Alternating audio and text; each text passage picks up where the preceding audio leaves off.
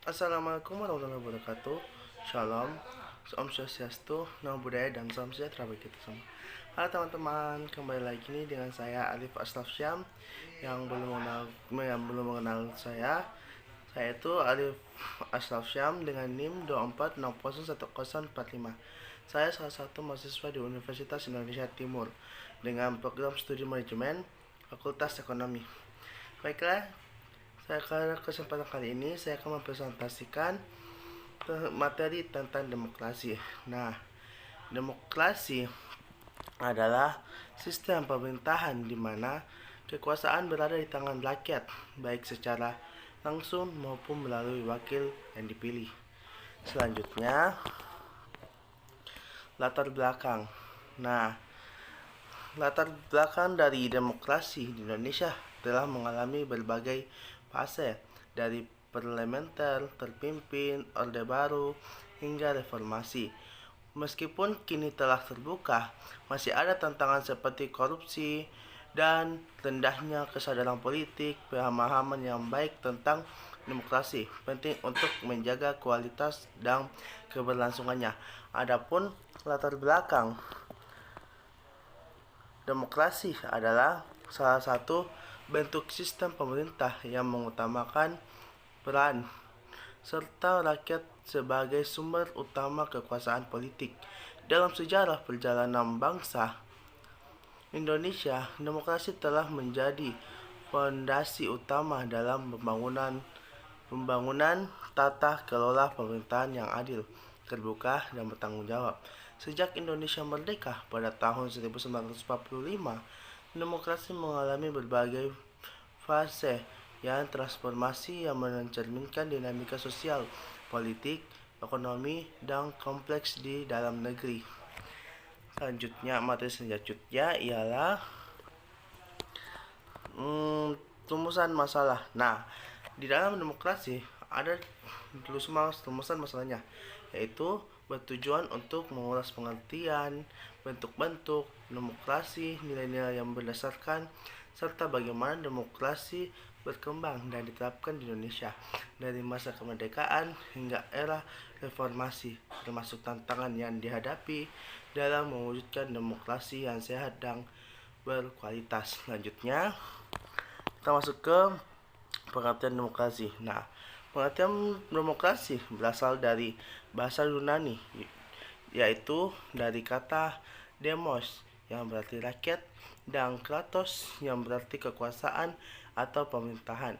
Secara sederhana, demokrasi berarti pemerintahan dari rakyat oleh rakyat untuk untuk rakyat.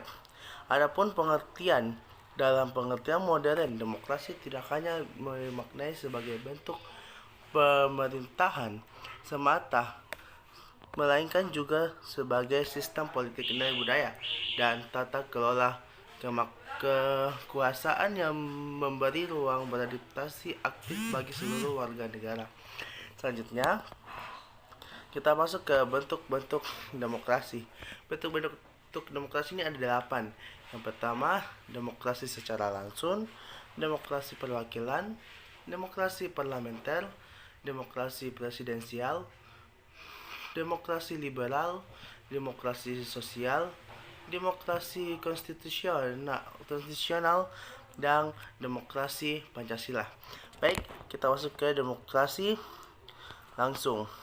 Nah, demokrasi langsung adalah bentuk demokrasi di mana secara langsung terlibat dalam proses pengambilan keputusan tanpa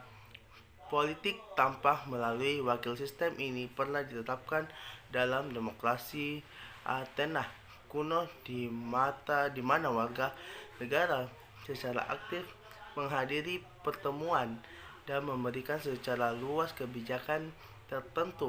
Namun, dalam negara modern, demokrasi langsung sulit diterapkan secara menyeluruh karena jumlah penduduk yang besar dan wilayah yang luas. Meski demikian, beberapa elemen demokrasi langsung masih digunakan, misalnya melalui referendum atau jejak pendapat rakyat.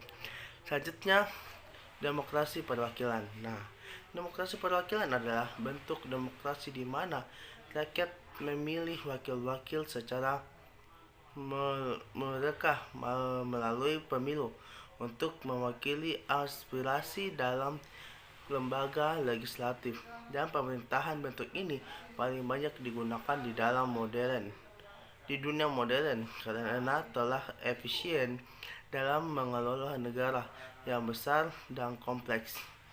Wakil rakyat bertanggung jawab kepada konstituen dan dapat diganti melalui pemilu jika tidak menjalankan amanah. Selanjutnya, demokrasi parlementer. Nah, dalam sistem parlementer, kekuasaan eksekutif dipegang oleh Perdana Menteri yang dipilih dari dan bertanggung jawab kepada parlemen. Kepala negara seperti presiden atau raja bersifat simbolis dan tidak memiliki kekuasaan pemerintahan yang langsung.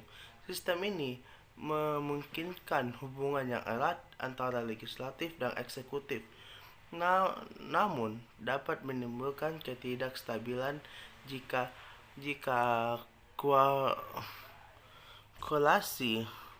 koalisi pemerintahan lemah.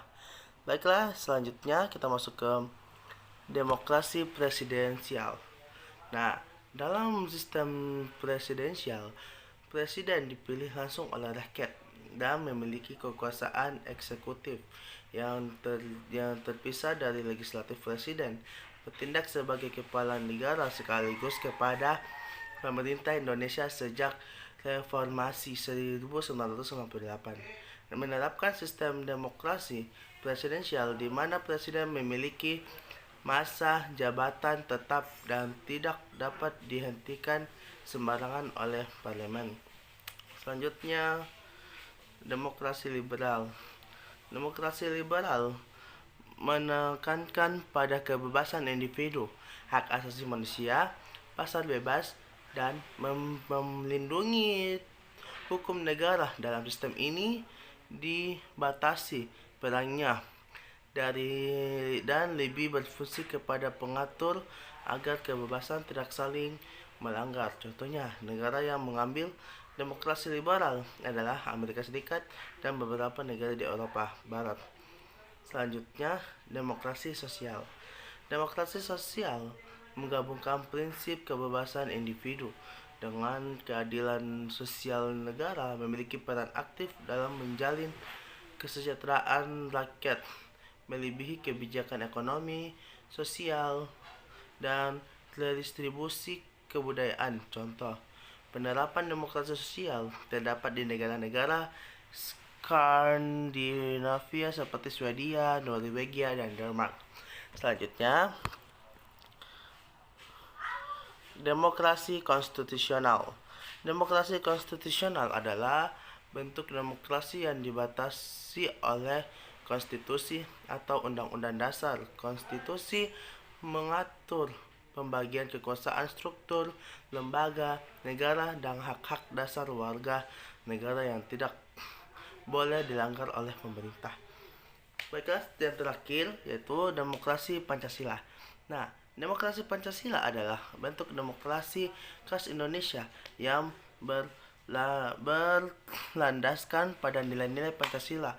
Demokrasi ini menjunjung tinggi nilai musyawarah mufakat, keadilan sosial, dan menghormati keberagaman suku, agama, dan budaya. Ciri khas demokrasi Pancasila adalah pengambilan keputusan melalui mekanisme musyawarah, bukan voting dan suatu suara terbanyak semata. Bentuk-bentuk demokrasi ini menunjukkan bahwa meskipun memiliki dasar yang sama, yaitu kekuasaan berasal dari rakyat, namun pelaksanaannya sangat bergantung pada konteks sosial, budaya, sejarah, dan kebutuhan negara masing-masing. Selanjutnya, kita masuk ke nilai-nilai demokrasi. Nilai-nilai demokrasi ada 10. Yang pertama itu ada kebebasan, kedua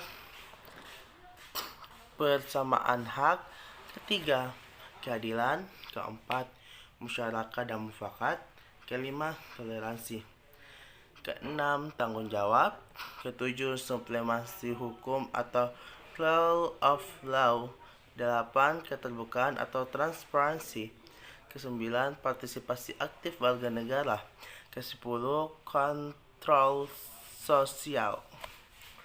Baiklah, kita masuk ke kebebasan. Nah, kebebasan adalah inti dari demokrasi yang menjamin setiap individu memiliki hak untuk berpikir, berbicara, berserikat, dan berekspresi tanpa tekanan dan paksaan. Kebebasan ini mencangkup kebebasan politik, kebebasan sipil, dan kebebasan beragama, dan semuanya dilindungi oleh hukum. Selanjutnya, persamaan hak. Dalam demokrasi, setiap warga negara memiliki kedaulatan yang sama di depan hukum, dan dalam proses politik tidak ada diskriminasi berdasarkan suku, agama, ras, gender, status sosial, dan latar belakang ekonomi.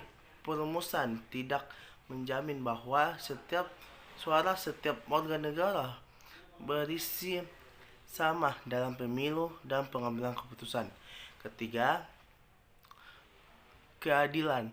Demokrasi mengutamakan prinsip keadilan baik dalam bidang hukum, ekonomi, maupun sosial. Keadilan menjadi dasar agar tidak menjadi kesenjangan sosial, agar semua pihak mendapatkan hak dan perlakuan yang seimbang.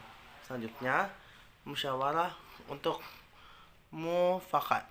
Nah, ini sangat kental dalam demokrasi Indonesia yang berlandaskan Pancasila. Musyawarah mendukung pengambilan keputusan secara kolektif melalui dialog dan mengampuni dengan menghargai berbagai pendapat untuk mencapai mufakat. Selanjutnya, yang kelima, demokrasi menuntut adanya penghormatan terhadap perbedaan dan keragaman dalam masyarakat. Toleransi berarti menerima dan menghadapi pandangan, keyakinan, dan latar belakang yang berbeda sebagai bagian dari kekayaan bangsa. Nomor 6, tanggung jawab. Setiap individu maupun kelompok dalam masyarakat demokrasi harus memiliki rasa tanggung jawab terhadap kebebasan yang dimiliki. Kebebasan tidak boleh disalahgunakan untuk merugikan orang lain atau kepentingan umum. Selanjutnya, yang supremasi hukum atau rule of law. Demokrasi menegaskan bahwa semua warga negara termasuk pejabat pemerintahan tunduk pada hukum. Hukum harus berlaku adil dan ditegakkan tanpa pandang bulu sebagai alat menjaga peraturan dan keadilan dalam masyarakat. Selanjutnya, keterbukaan atau transparansi. Dalam sistem demokrasi, proses pemerintahan harus dilakukan secara terbuka agar dapat diawasi oleh rakyat. Keterbukaan memungkinkan masyarakat mengalami kebijakan, keputusan, dan anggaran negara sehingga mencegah penyalahgunaan kekuasaan. Selanjutnya, partisipasi aktif warga negara. Nah, demokrasi menuntut keterlihatan aktif warga negara dalam kehidupan politik seperti pemilu, musyawarah publik, serta kegiatan Kegiatan sosial dan organisasi masyarakat berpartisipasi ini merupakan bentuk tanggung jawab dan kepedulian terhadap pembangunan negara. Nah, yang terakhir, rakyat dalam demokrasi memiliki hak dan kewajiban untuk mengawasi jalannya pemerintahan. Kontrol sosial dapat dilakukan melalui media sosial, lembaga pengawas masyarakat sipil, atau partisipasi langsung. Nah, nilai-nilai demokrasi tersebut harus dipelihara, ditanamkan, dan dijadikan budaya dalam kehidupan sehari-hari agar sistem demokrasi dapat berjalan dengan sehat dan berkelanjutan. Baiklah, kita masuk ke demokrasi yang pernah berlaku di Indonesia. Nah, yang pertama itu ada demokrasi parlementer 1945 hingga 1957. Kedua, demokrasi terpimpin tahun 1959 hingga 1965. Nah, selanjutnya demokrasi Pancasila era Orde Baru yaitu 1966 hingga 1998. Selanjutnya demokrasi reformasi 1998 hingga sekarang. Baiklah, kita masuk ke yang pertama. Sebelum saya masuk, sejak merdeka pada tahun 1945, Indonesia telah mengalami berbagai bentuk dan sistem demokrasi yang mencerminkan dinamika publik serta perubahan kekuasaan yang terjadi di tingkat nasional. Macam-macam demokrasi yang pernah diterapkan di Indonesia mencerminkan proses adaptasi dan pencarian sistem pemerintahan yang paling sesuai dengan karakter bangsa dan kondisi sosial politik pada masanya. Nah, yang berikutnya ini ada bentuk-bentuk demokrasi yang pernah berlaku di Indonesia. Yang pertama itu demokrasi parlementer pada tahun 1945 hingga 1959. Demokrasi parlementer diterapkan setelah Indonesia merdeka terutama sejak Konstitusi RIS tahun 1949 dan UUDS 1950. Dalam sistem ini, kekuasaan eksekutif dijalankan oleh kabinet yang bertanggung jawab kepada parlementer atau DPR. Presiden hanya bertindak sebagai kepala negara, bukan kepala pemerintahan. Sistem ini memberikan ruang yang lain bagi partai politik, namun sering menimbulkan ketidakstabilan politik karena penggantian kabinet yang terlalu sering. Kedua, demokrasi terpimpin. Nah, demokrasi terpimpin dimulai pada 1959 hingga 1605. Demokrasi terpimpin diberlakukan setelah Presiden Soekarno mengeluarkan dekrit Presiden 5 Juli 1959 dan kembali ke UUD 1945. Dalam sistem ini, Presiden memegang kekuasaan yang sangat dominan dan segala keputusan politik terpusat pada satu orang, yaitu Presiden. Peran parlemen dikurangi sementara kekuasaan militer dan partai politik, tentunya seperti PKI, sangat berpengaruh. Kebebasan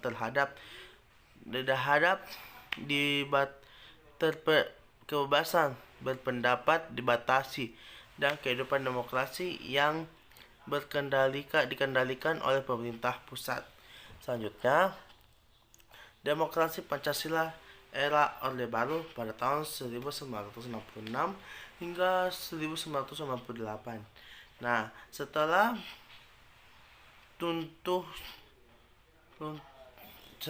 tumbangnya demokrasi terpimpin pemerintahan Orde Baru di bawah Presiden Soeharto memperkenalkan kembali demokrasi Pancasila, namun politiknya lebih berpengaruh pada otoritarianisme, di mana presiden memegang kekuasaan dasar dan pemilu hanya formalitas. Kebebasan politik sangat dibatasi, partai politik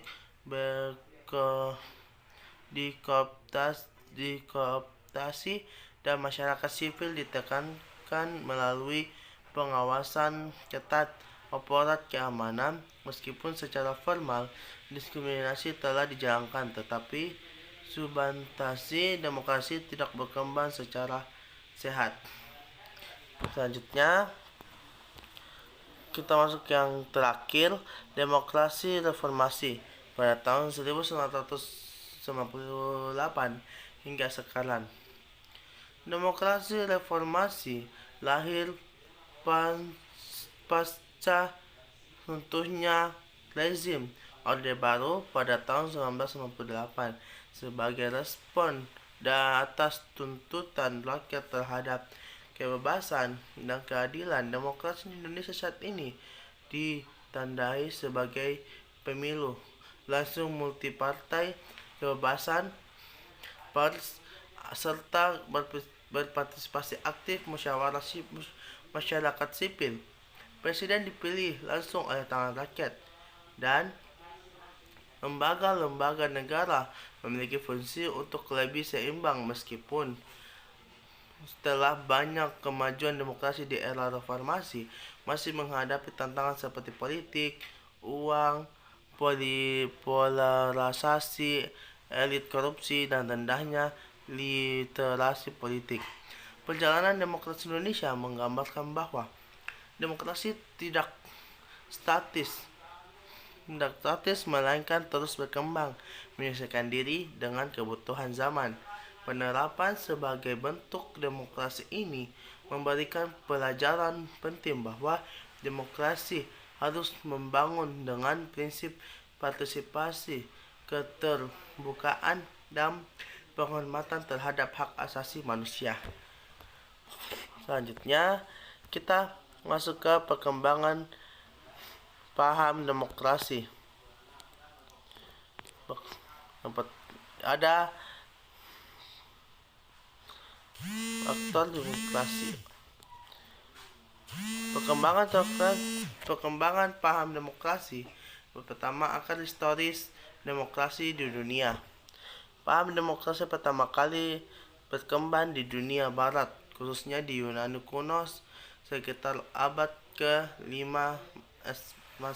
sebelum Masehi. Di kota Athena, rakyat berpartisipasi langsung dalam pengambilan keputusan melalui sistem majelis rakyat. Meskipun hak ini hanya dimiliki oleh warga laki-laki bebas, sistem ini merupakan bentuk awal dari demokrasi langsung yang menentukan keterlibatan rakyat dalam urusan pemerintahan setelah masa Yunani dan Romawi kuno. Sistem demokrasi mengalami kemunduran pada abad ketengahan karena dominasi kekuasaan gereja dan feodalisme. Selanjutnya, perkembangan paham demokrasi di Indonesia. Di Indonesia, nilai demokrasi mulai masuk melalui pendidikan kolonial dan gerakan nasionalisme pada awal abad ke-20. Organisasi-organisasi seperti Budi Utomo, Serikat Islam, dan Indonesia Partij menjadi pelopor kesadaran politik rakyat yang memperjuangkan hak-hak sipil serta kemerdekaan. Setelah proklamasi kemerdekaan 17 Agustus 1945, demokrasi ini di Indonesia ditetapkan sebagai dengan berbagai dinamika. Selanjutnya, perkembangan demokrasi di era globalisasi. Di era globalisasi, perkembangan demokrasi mulai semakin dipengaruhi oleh teknologi informasi digitalis dan keterbukaan informasi. Masyarakat dapat dengan mudah mengakses informasi, berpendapat secara bebas, serta mengawasi pemerintah melalui media sosial dan platform daring lainnya. Demokrasi digital menjadi fenomena baru di mana partisipasi rakyat tidak terbatas pada pemilu, tetapi juga pada petisi online, diskusi publik digital, dan kontrol sosial melalui dunia maya. Selanjutnya, tantangan dan masa depan demokrasi. Meskipun demokrasi telah berkembang dan diterapkan di banyak negara, termasuk Indonesia, tantangan terhadap demokrasi tetap ada. Kesenjangan sosial melalui identitas politik, rendahnya liberasi politik, serta melemahnya institusi demokrasi menjadi hambatan bagi kualitas demokrasi. Adapun perkembangan paham demokrasi, yang pertama itu akar historis demokrasi di dunia. Yang pertama itu munculnya di Yunani kuno atau Athena bentuk demokrasi langsung. Yang kedua itu bangkit kembali lewat reformasi Amerika dan Perancis. Selanjutnya dipengaruhi pemikiran tisu seperti John Locke dan Rousseau. Selanjutnya Indonesia dan demokrasi awal. Yang pertama masuknya melalui pendidikan kolonial dan gerakan nasionalisme. Kedua, pasca kemerdekaan demokrasi parlementer terpimpin Pancasila reformasi. Selanjutnya kita masuk ke implementasi demokrasi di Indonesia. Kedaulatan rakyat pemilu.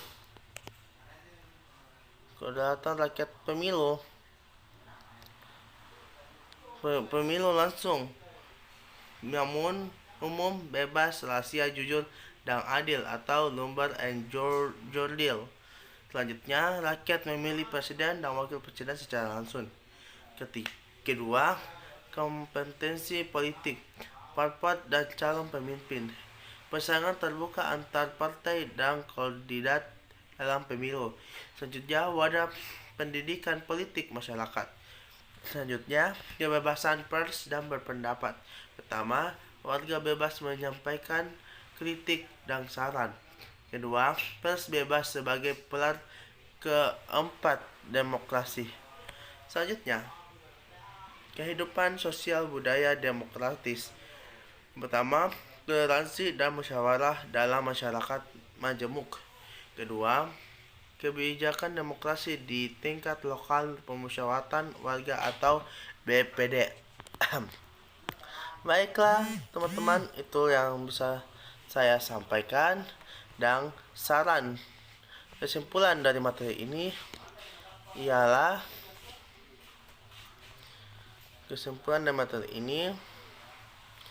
demokrasi merupakan sistem pemerintahan yang merupakan kedaulatan di tangan rakyat, di mana seluruh aspek kehidupan berbangsa dan bernegara dijalankan sebagai prinsip partisipasi, kesetaraan, keadilan, serta penghargaan terhadap hak asasi manusia. Dalam konteks Indonesia, demokrasi telah mengalami berbagai fase perkembangan, mulai dari demokrasi parlementer, demokrasi terpimpin, demokrasi Pancasila pada masa Orde Baru, hingga demokrasi era reformasi yang telah terbuka dan partisipatif.